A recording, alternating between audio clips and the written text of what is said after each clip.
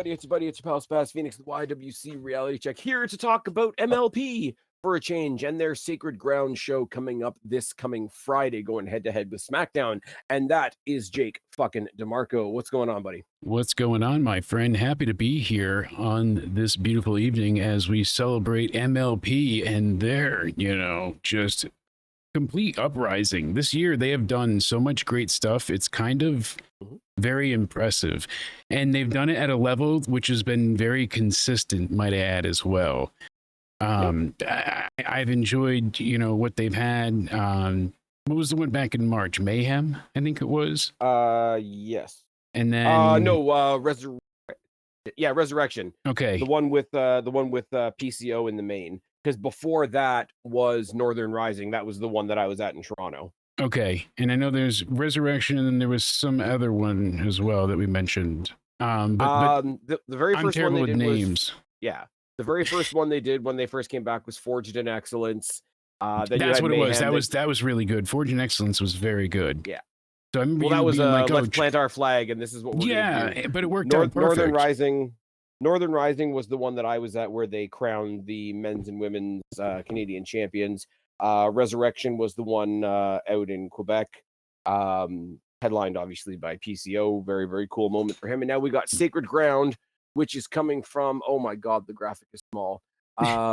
The Six Nations Sports and Cultural Center in Ohsweken, Ontario? Ohsweken, Ontario. I said that right, Ohsweken? I believe so. Culturally, I'm trying not. I was gonna say culturally, I'm trying to not be a dickhead. I think it's Ohsweken, but the Six Nations Sports. At least you didn't say it like Ohsweken. Then we didn't have a problem. Oh dear. Yeah. And before we say anything, yes, there are a lot of newsworthy things happening in the wrestling world right now. Trust me, Jake and I are going to be tackling that stuff tomorrow in a separate pod because we're salivating to talk about it. Oh God, we got to get this one out of the way. With it being a Friday show, we had to kind of crank this one out of the way first. Pause.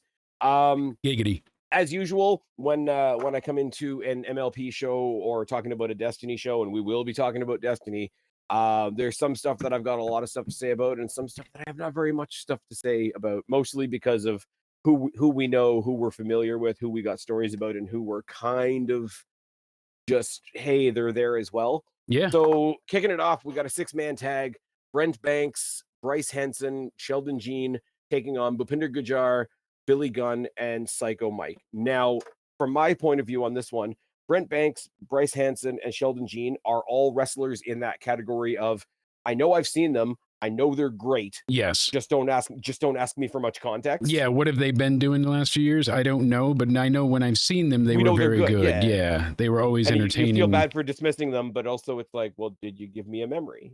Like that kind of thing. Yes. Bhupinder Gujjar has been in and out of TNA. I really like him because he's really, really fast and really, really explosive for a bigger guy. Billy Gunn is Billy Gunn. I'm surprised Psycho Mike is able to wrestle already after everything that happened. Oh, you mean that's Psycho Stu? I get the names confused all the time. My bad. Psycho Stu, yeah. Oh, damn it. We'll be touching on that tomorrow as well. Psycho Mike. Shout out to him. But no, Psycho Mike's actually a fun wrestler to watch. He's done. He's getting the body slam over. Yeah, I was just going to say he's done quite well getting the body slams through to the next level. The Battle Royal that I was there for, when he entered into the Battle Royal, and he was sandwiched between Billy Gunn and Rhino, and tried to slam them. They slammed him. When he couldn't slam them, they actually gave him a pat on the back and told him not to feel bad. Yes. And then when he finally did slam them at the end, simplest story in wrestling. But it's a fun spot. But like you said, it's a simple, fun spot. It's one of those tried and true spots. Like it works because it works because it works. And why does it work? Because the fans get to laugh. It's not stupid. You're not making anybody look like a fool. No. You're laughing at the moment, not the person, essentially. You know what it is? I think we've gone so far one way into this high-tech, technical, everything's not literally an explosion, but everything's like an explosion of wrestling. Everything's a really big exhibition. Everything, we're reaching higher, we're reaching farther, we're jumping, some of us are doing the hardcore stuff. Some of us are jumping off of buildings and mountains and whatever. We've gone so far into everything is everything. Yeah.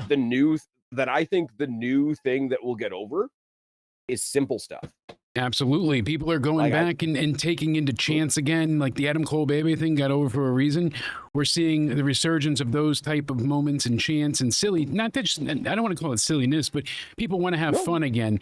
Like, and fans don't really care about babyface or heel. We've seen this a lot in WWE, especially. Look at everything that happened with Paris. I mean, the fans just wanted to be entertained. They would cheer for Seth and they'd boo him. hold on. I got to correct you. Yes. Our Lord and Savior Michael Sidgwick over on Wrestle Culture will tell you the Yeah. only reason they were making noise is because the show was so bad they had to entertain Yeah, themselves. they were so bored that they were, you know, breaking everybody's eardrums out. I know, how terrible. But all joking aside, with them lambasting everything with WWE just because it's, you know, fed bad, how can they make it such? You know, I genuinely say that crowd was a yes for that, but the crowd was incredible. But not only do they add to it, obviously as a whole, but the fans, they just want to be entertained. You know, they cheered the heels and the faces alike because they want both things to be true. You know, they want both ends because they just want to be entertained. So when you give them something to cheer about, they're going to cheer. And moments are getting over. Like you said, it's not about huge, crazy, ridiculous spots. It's about, did you make them laugh? Did you give them a memory? You put it so eloquently before. Did you give them a memory? And that's what people want. The thing about it is, though, right, is that memory can come from an insane spot, or it can come from a guy in red and yellow cupping his hand to his ear. Yes, but let me give you a prime example. This past weekend, we saw in the you know, Forbidden Door main event, the lights out cage match. How many tables did we see in that match alone? Not just table spots, but tables, right? Numerous amounts, absolutely insane amount. Why? Because that's what they needed. But if you go to Heatwave, they had one table spot, and it stands out in my mind. That's a memory that's going to stay there for a long time to come. Obafemi chucking Javon like it was nothing, and basically turning him into a rag doll and throwing him basically through that table. I think that would have been such more a great table spot. If we hadn't seen the spot the week before on NXT in the #1 Contenders match with Trick, because we remember from the weekly show that landing being so bad. Yes, I think the one at the pay-per-view would have stood out even more. And like you say, it's just one simple bump. I don't want to say simple because that's greatly discrediting Javon Evans. No, yes, but they did one bump as opposed to how many in the main event on AEW side. And what stood out, what's memorable? Barely any of it. They did the same stuff they always do. The thumbtacks, I will say, though, the Legos. I will disagree, and here's where I'll give a little bit of credit to sort of balance the scales a little bit.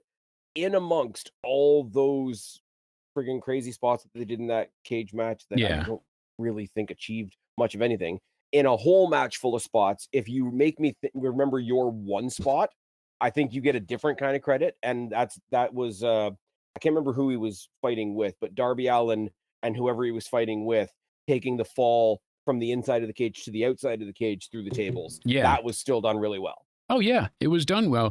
But until you reminded me of it, I didn't think of it because of how much went on.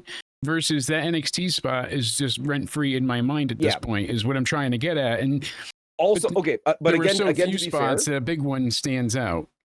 Again, to be fair, though, on an AEW show, and I'm not saying this is a good or a bad thing, they put a lot into their shows, so making your spot stick out is even harder for them. Yes, if I'm giving them a little bit of credit on an NXT show, and I think they've gone too far the other way with having the shows feel a little too small.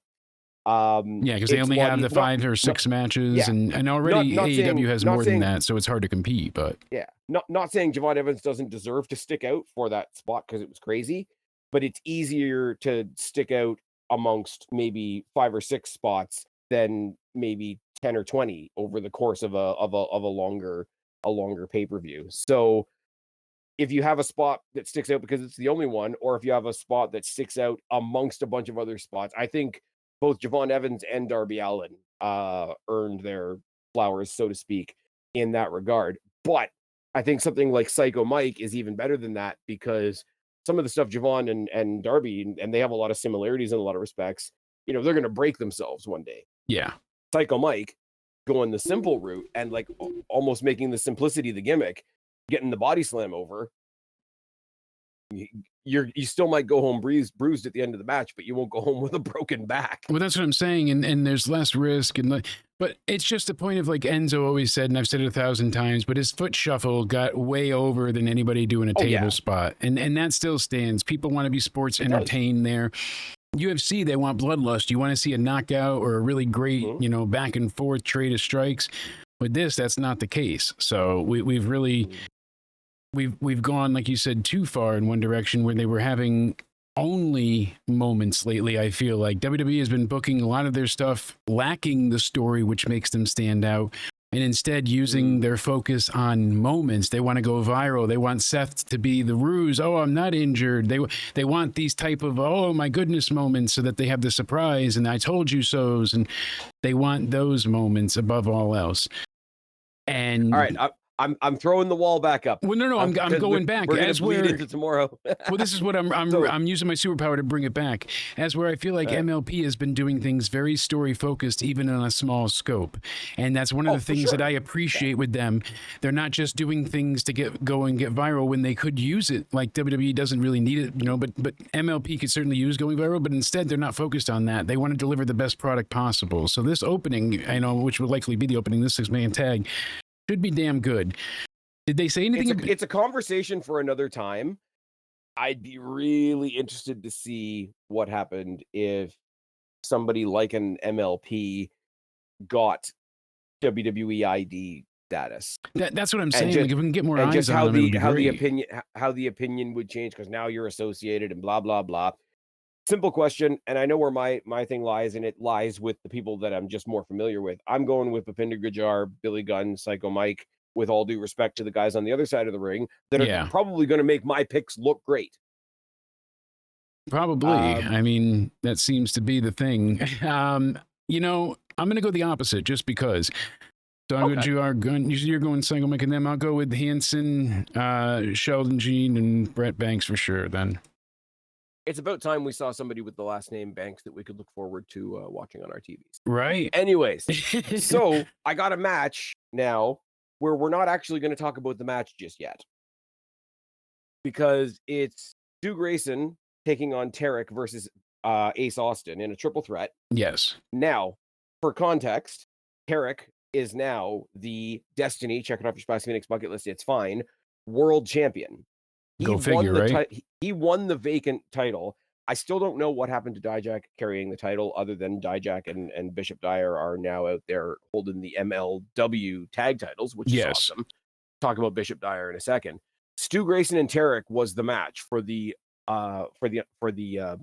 vacant title, and Ace Austin made his Destiny debut on the same show. Yeah, you got to see that too. So versus a gentleman whose name I can't remember, to be quite honest with you. He was booked to be in another Fatal 4-Way, and he's been in several Fatal 4-Ways at Destiny, and his whole thing is, I'm tired of being stuck in these multi-person matches. Give me an opponent worthy of my time, worthy of my stature. And Emilio Albi, who's the guy that runs Destiny now, came out and said, well, how about the latest addition to the AEW roster? And he brought out Ace Austin. So we got to see Ace Austin have a match. That's more awesome. To the point, though, the main event was Stu Grayson and Tarek for the vacant Destiny title. Now, here's where I take the focus off the wrestlers and I put it on me for just a second, because if I were to say to you, and this is the most obnoxious thing I'm ever going to say in my life, probably, then I'll beat it sometime later. If I were to say to you that I went to a Destiny wrestling show and I got over in the main event, what would you say? I would be like, ooh, how did this happen? Because I could believe it. So Destiny happens, well, the ones that I'm able to go to, because they're the closest to me, happened in the Don Kolov Arena, which is a fancy name for Battle Arts Academy, which is a wrestling and martial arts academy that at least used to be run by Santino Marella. I don't know if it still is or not. But I don't think so, because the website changed, so I don't believe so. But okay. But so it's a gym. Yes. Move the equipment out of the way, pull out the bleachers, and you've got your show. Very small, very, very intimate. I tend to go by myself to the shows, but you start recognizing faces and this and that. And the first thing that I'll say that was really, really humbling for me, and I'm, take the sarcasm out of my voice for a second. I had somebody in the bleachers. I had somebody in the bleachers sort of like shuffle down towards me at one point, like when we were getting ready to go to, I think it was intermission. Yeah. And they're like, excuse me, sorry to bother you. And I'm like, okay, hey, what's up? And he's like, you're not Spaz Phoenix by any chance, are you? Ah, I love it. And I'm like, I fucking stood hate there that like guy. I stood there like the dumbest idiot, not knowing what to say, because I've not really, this is, not putting myself down. This is a pretty It's a decently small channel still. Like, I'm not yeah. where I want to be, type of thing. That's so But it's like, huge. never asked the guy's name because I'm a doofus, right? I was like, yeah, thanks for listening. And my mind is going like, I haven't done video content in years. Yeah, so So he here's must somebody listening to my podcast that maybe recognized my voice. maybe And I'm like, that's pretty fucking cool. So if you're listening, clearly you are, because you told me that you do. I didn't even ask for your name. So, but if you are listening, that was really cool. That made my night. absolutely. That made Now, me smile here. I think the last video stuff you have is up on my channel, actually. oh yeah, but I'm saying like independently. Yeah, I'm I saying haven't so. done video You stuff haven't done forever. video since like 2017. It's been a long time now. It's been quite a while. I've done the odd thing here or there when I was playing with layouts and whatever, but then I just went back to podcasting because I'm Yeah. lazy. Well, it And also I just look like a worked. pile I of mean, undone laundry. you didn't really need to do the video thing for a while. People just wanted No. to hear what you had to say. As where a while Which ago, is if you nice. had audio and video, you like stood ahead. Now, Yeah. not so much. I mean, before I But went it heavy in didn't on make it, sense but for me in the sense of like, because I'm here on YouTube and Rumble and whatever, but I'm also dropping on Spotify as well. So rather yeah, than splitting the content, right? So the other thing is, and as I say, there's enough people there that sort of recognize me by face. We're all in the Mississauga, Brampton area, and it's like, oh, this and that. And one thing that I've done at a couple of different shows is like break the silence yeah, moments. Like if there's a really intense stare down, but nobody's really getting up for it, or if somebody's tried everything they can possibly think of and they have that like pause moment of like, what do I do next? My thing at the Destiny shows, and I'm sure they love it, is kick him in the shin. yep. Kick him in the shin. And so for the I past remember couple you of shows telling that me I've this been a while to, back, and that's for the past hilarious. couple of shows that I've been to, I've done it like once or twice, and maybe it gets a look or whatever, right? I was sort of midway up the bleachers. There's a kid, sort of kitty corner across from me in the front row, that started saying it too. Yeah. Right. So I'm like, okay, cool. Nice. Get And that I kid had somebody involved. behind me, like, come to me at this last show and say, you're the shin guy, Yeah, he right? knows you And as the shin guy. a couple of shows ago, somebody actually did do it and like, are you happy now? And I'm like, yeah, right. That's great. But so we did it, and we get a couple people repeating it. And over the course of this show, I shit you not, eventually in the crowd, quietly, then not so quietly, shin, shin, shin, shin, shin. No way. That's epic. So You then, got a double time. it happened in one of the middle matches, and I can't remember which one because there was a few matches at the show that particularly stuck out. This one and the other one we're Yeah. going to talk about later. In one of the mid type of matches, they did kick him in the shin, and me in the bleachers, everybody looking at me, and I'm doing my like Just fucking taking him Roman down. Reigns, Yeah. Roman Reigns ready to do a spear, right? That's awesome. I'm not even kidding you. The guy did it in the mid card match. What is the chant now? What? Holy shin! Holy shit! Holy shit! That's Okay. great. So I started doing it. I did it again. I did it during the Priscilla Kelly Giselle Shaw match, and it didn't quite happen, but they teased it, which made me smile.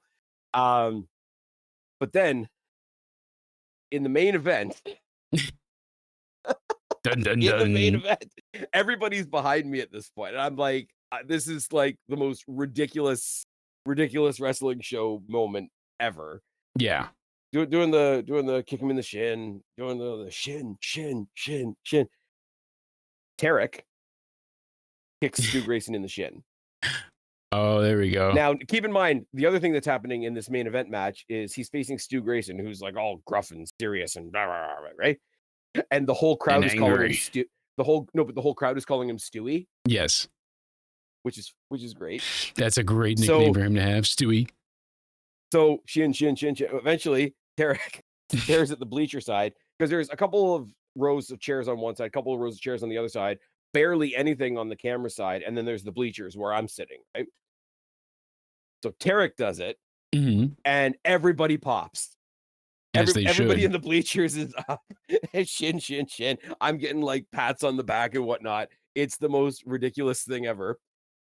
Then, then Stu Grayson goes to like he does the reversal thing to Tarek, gets him in the corner, shin, shin, shin, looks at his shin, like teases it, right?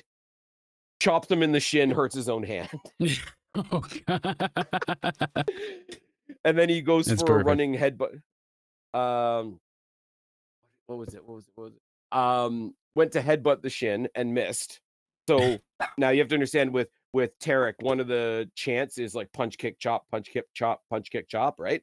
So because he was going to headbutt him in the shin, Stu Grayson got a headbutt shin, headbutt shin, headbutt shin. Yeah.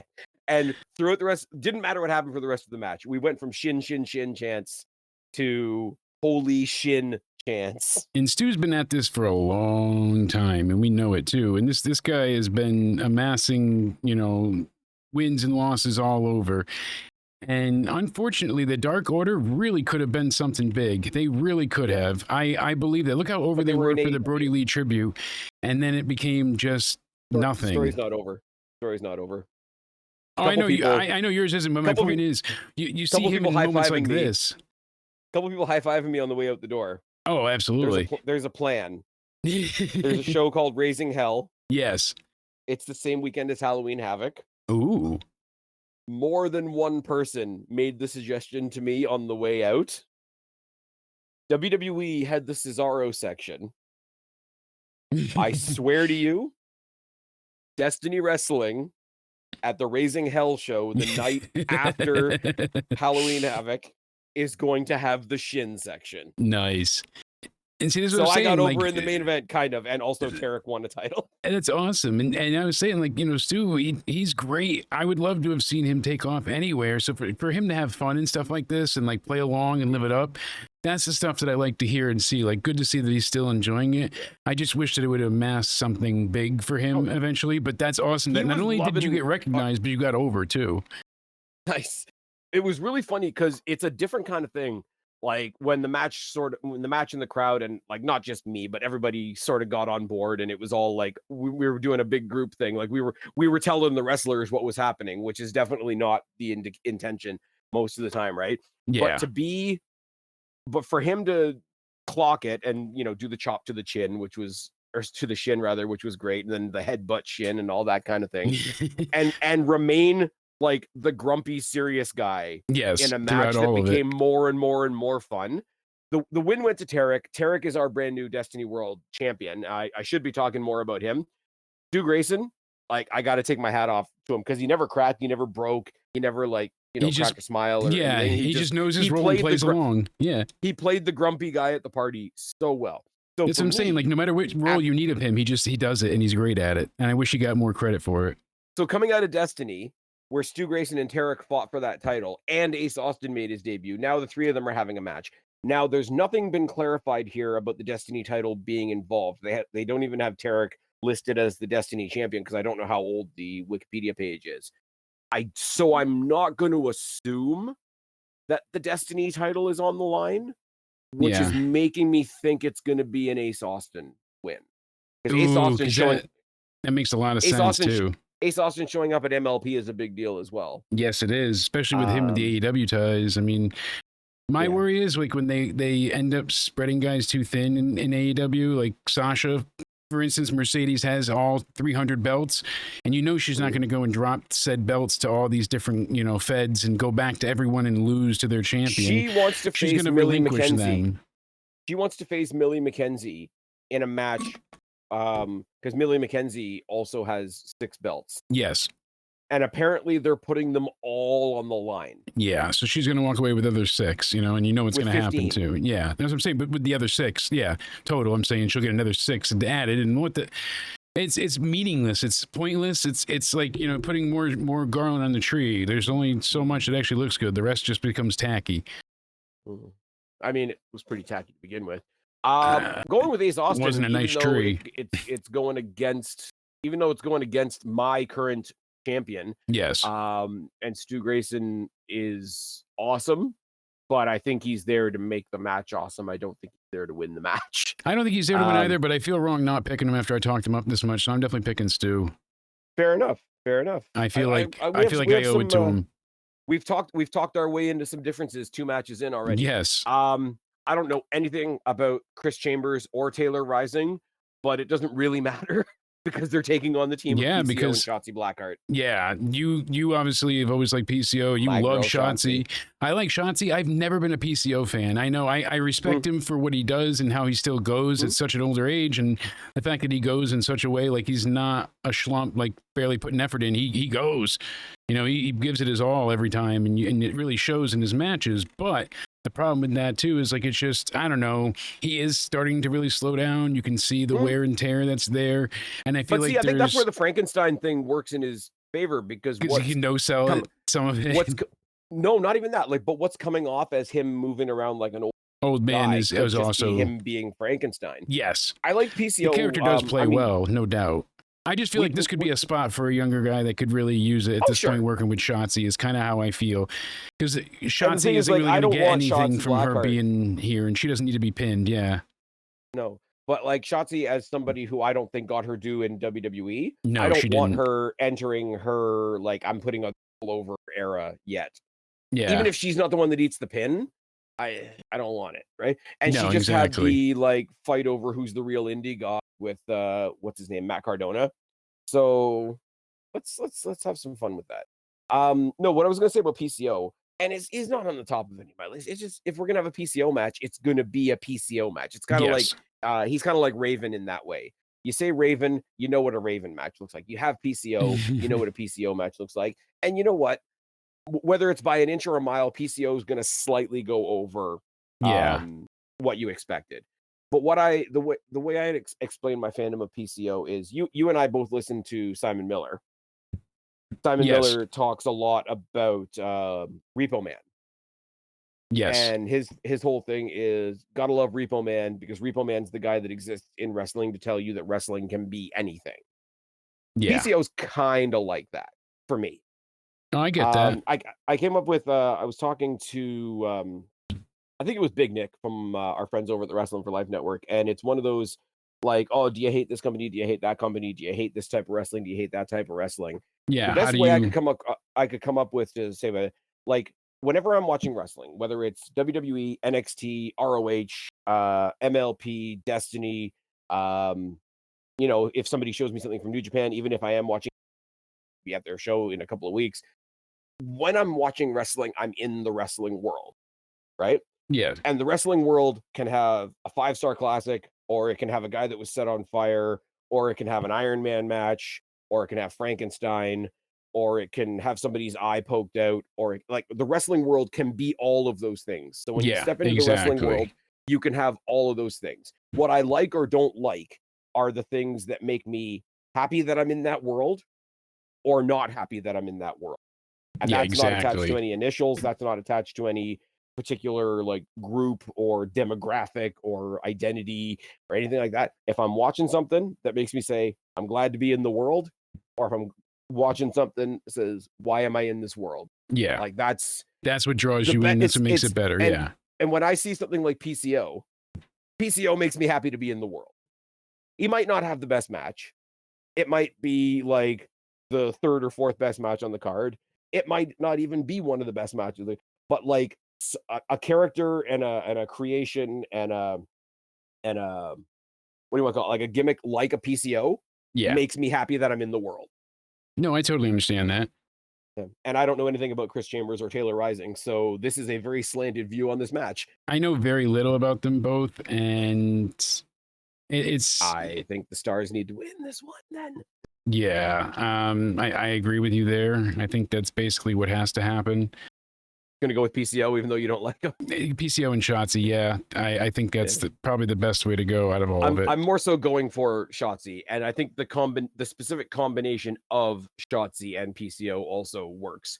Because if you follow, like Shotzi and Scarlett do their like combined content on YouTube that's very horror related. Yeah, they go to horror houses and all that stuff. Yeah. She also does her own like horror. Talk about this. Let's talk about that. Oh, also speaking of which, totally random side note, not wrestling related at all, but anybody that's out there like me that likes horror movie stuff, or anybody out there that watches the YouTube show Normal World, Angela from Normal World has a YouTube channel based on horror movies and does a lot of horror movie watch-alongs and whatever. She doesn't know who I am. I don't really know her personally. Her content is great. They do watch-alongs every Friday with different like older horror movies. So check Yeah. out Angela Does Horror on YouTube. It's a lot of fun. Not connected to this whatsoever. PCO and Shotzi Blackheart get the win. And we move on to another very lopsided match. The Good Brothers are going to be good brethren, and they're Mm, taking on the Flatliners, which is I know. Asylum Interesting and here. Matt Bourne. I don't So know Asylum and Matt Bourne. Asylum Or Matt Burns, sorry. Burns, yeah. Asylum, I've seen a few things on YouTube not long ago because I saw him Okay. do something else with Destiny, or not Destiny, MLP, and I was like, let me go Okay. ahead and see what's going on here. And besides that, I haven't seen much else. They just So look I like was two big like, guys. yeah, I was like, oh, Flatliners, cool name. They're going to give the Good Brothers a run for their money. I think the Flatliners are going to win here. It's What's not funny? for What's funny about that? When I used to go to church and when I used to be in a choir, believe it or not, the lady that directed way our back choir when. way back when, the lady that directed our choir, her grandson was a little bit younger than me. He grew up to be the lead singer of the musical group The Flatliners. Wow. Look So at there you that, go. huh? What comes around is all around. Destiny Shout out to trivia, Chris shout Cresswell, in. who's definitely not listening to this. But yeah, I'm going Good Brothers because I don't know the other team. So I'm going the other way. I'm Okay. opposite of you on this one. You're going with optimism and benefit of the doubt. Yes, absolutely. Very nice. I'm picking, the Flatliners to walk ahead on this one. Okay, so I'm going to switch it up as to how it is on the wiki page, just so you're not totally shocked. Talking about the PWA Champions Grail. Once again, I have to remind everybody that PWA is the Pro Wrestling Alliance, which is the alliance between MLP, Oceania Pro, and Qatar Pro. They share this title across those three promotions, and it's held by Ravenous Rohan Raja with his manager Aurora, who's fucking smoke show. They were at the Destiny show as well. They screwed Moose out of his shot at the Champions Grail. But I mean, it's listed as Bishop. They're taking on Baron Corbin. It's going to be Yeah. a lot of fun. Yeah, that's It's why I going to was be a lot of fun. curious because And I saw Bishop Dyer added, sorry, excuse me, to the listing, and I was like, all right, well, let's see. This is going to be a lot of fun. they could pop the crowd here because Bishop Dyer and Dijak are the MLW tag champions. Yeah, Dijak randomly shows up out of nowhere to like carry Aurora out of the building or something that would be funny. to equal out the match or whatever. That'd be a huge pop. I'd love to see them come back as a tag team. I haven't actually seen them as a tag team yet. Yeah, But I mean I think they're still the MLW champions, if I'm not mistaken. I believe Really, so. really cool to see what Bishop Dyer, Baron Corbin is doing since leaving WWE. He's not letting the conversation go quiet. No, Love to see it. and Rohan Raja, I thought Raja was going to go to jail, but I guess not. No. Oh, wrong guy. Sorry. I thought we were talking about different Raja. No, but Rohan Raja. We will tomorrow. You got to go ahead, and I'm just plugging away. We got to go ahead and see how that turns out. But this one I'm going with here, Corbin. I'm going with, Bishop Dyer. It has to be all day, every day. Just how it's got to work. I'm sorry. I will say, seeing Rohan live, going up and mixing it up and standing toe to toe with a monster like Moose, three rows away from ringside, was pretty fucking awesome. Oh, And yeah, they were hitting absolutely. themselves pretty damn hard. Oh, I believe that because they are brutal at times. So no doubt about There's a it. picture of myself, and we're going to talk about Priscilla Kelly in a second. Shortly after she won the Destiny Championship not from Giselle Shaw, but again, it was vacant. Aaliyah went off and did other things, I guess, and the title became vacant again. There's a picture of myself and her from that show. She's super nice, by the way. Just putting that one out there. Like Damn everybody's really nice, but like you meet somebody, they're nice. You should say that they're nice because nice is nice. And they What I don't get didn't enough of notice that until compliment side nowadays. They always get attacked what over something, truthfully. what I didn't notice until after the fact was that in the background of the picture, like standing behind us, making both of us look really small, Moose was just like there at his table, like checking his phone. Looked like he was putting in a what do you call it, a skip order or whatever. Yes, which was very Um, funny. So, Also got a high five and a hug from ring announcer Sam Laterna because I showed up in a Hulk Hogan shirt. She said, "Good for you." I'm like, "All right, let's go." She's like, "Good," and she just gave me like a nod, and then she like stopped to give me like a second nod, and I'm like, "All right, yeah, okay, it's all a Hulk right. Hogan, it's a Hulk Hogan shirt. We get it. What are we gonna do? All right. I'm not a woke idiot. It's fine. It's okay. Um, You breathe. I'm not gonna sit here and like slam on a dead guy. Not cool. Let's not do it. You know how people are. Um, So yeah, picking the corpse you of all is a horrible people. expression. Yeah, Yeah. picking the corpse is a horrible expression, but they're literally doing it in this case, so I don't Hmm. mind using it. Time and time again, But my anyways, friend. Time and time again. sorry, terrible transition. The match between Priscilla Kelly and Giselle Shaw was fantastic. I I was already like Giselle Shaw's a pretty fun wrestler, like I was on that level. I'm really starting to become a fan of Giselle Shaw. I went in there obviously biased, Priscilla Kelly, Gigi Dolan, Yeah. fantastic, my kind of girl as far as wrestling goes, clearly. Um, Not just because she's a Destiny Women's Champion. You know, there's more to it well, than that. Destiny Women's Champion now, but also Yes. she's a hot, crazy goth chick. It's fine. Ticks every box. What's his name? Zachary Wentz is a very lucky guy. Zachary Wentz was supposed to have a match on the Destiny card as well, and that match just didn't happen. The one It with just him disappeared. and Yeah. Leon Slater. And it's not, I'm not sitting here calling out Destiny, being like, oh my God, how come I didn't get that match? I got to the end of the show and I was like, shit, I hope everybody's okay. I hope, Yeah. somebody didn't like Get have a hurt. tragedy or something like that. I'm not, oh, I got gypped. No, I still got a great fucking show. Considering Priscilla Kelly was the replacement for Elena Black, who, as we know, as we talked about at length, was taking a sabbatical from wrestling for, whatever, go home, recharge, Yeah. reevaluate things, whatever the case may be. We talked that to death on the other pod, but Priscilla Kelly, awesome replacement. And I just thought, like, not everything has to be tied together. We're going to talk tomorrow about a couple of different couples in wrestling. But I did think it was kind of cool that I was going to a Destiny show and here's Gigi Dolan that I like and Zachary Wentz, who I like, and they happened to be a couple and they were both going to be on the same show. So I hope I do get to see that match at some point, but Right. it's one of those like the match didn't happen. I hope everybody's okay. Like Exactly. That's all that pretty bare matters bones basic. But in the end of it. where the fun comes in is Giselle Shaw came in to the Destiny match already with the MLP Canadian Women's Championship. Now it wasn't on the line; they were facing each other for the vacant, like I said, Destiny Women's Champion. Hell of a match, really entertaining match. Priscilla Kelly got the win. Got to meet her; she's a sweetheart, etc., etc., etc. On their social pages, she was being interviewed after the fact, and she was attacked by Giselle Shaw and then attacked by Yes. Giselle Shaw You're right. and chased Giselle Shaw right out of the Don Koloff arena. Say And the that five challenge times fast, my friend. exactly off the Spaz Phoenix bucket list. It's fine. So the challenge was made not only for a rematch, but now both sides said okay. Emilio and Scott D'Amore both kind of got on Twitter and said, "Oh, I like the look of that. That looks interesting." So now we have the MLP Canadian Women's Champion Giselle Versus. Shaw versus the Destiny World Women's Champion Priscilla Kelly, title for title, winner takes all. How cool is that? Now, This is all great the for nice both of them.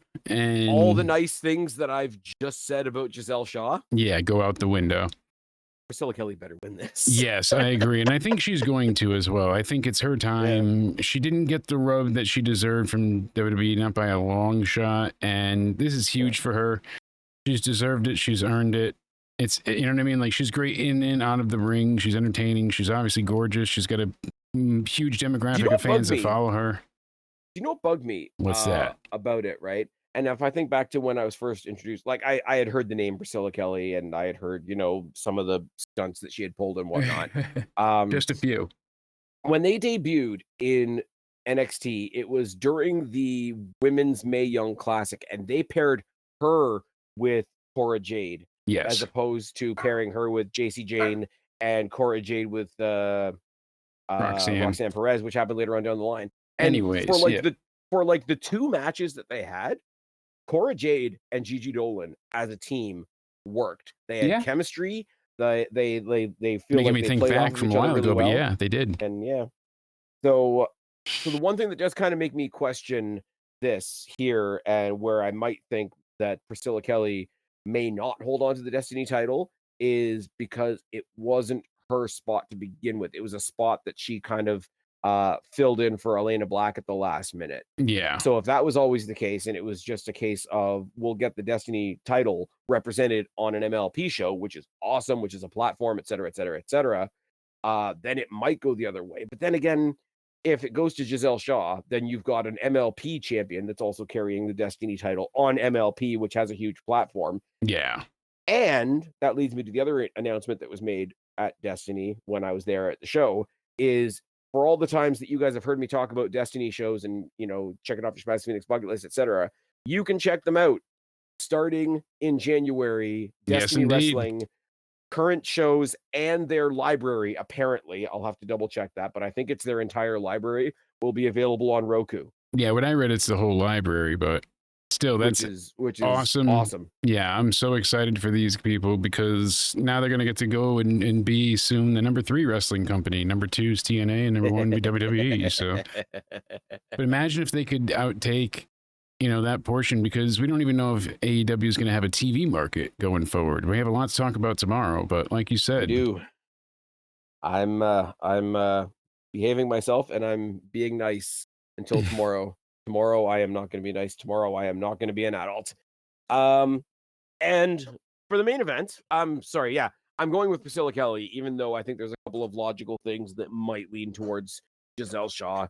And if it goes to Giselle Shaw, I'll be happy more for the representation of my favorite brand on another brand. Yeah. It'll be TNA to their WWE, I guess. Which is makes fine. sense, yeah. Or absorb them all into WWE ID and everything will be hunky dory. Going with my heart, Priscilla Kelly. I understand that. I'm going to go with Priscilla as well, just because I feel like it's her time. She deserves it, and that's all there needs to be for it. Nice. Honestly, I feel like that's all the thing that needs to be said. She genuinely deserves it, and that's really it. So it does draw the obviously when somebody has to step out at the last minute, it draws the curiosity of what could have been. I still do want to know what Giselle Shaw, Elena Black would have been like. Yeah, still like trying to put that together in my head and in my noggin, so to speak. And I'm sitting on a pen cap. That's awesome. Fuck me.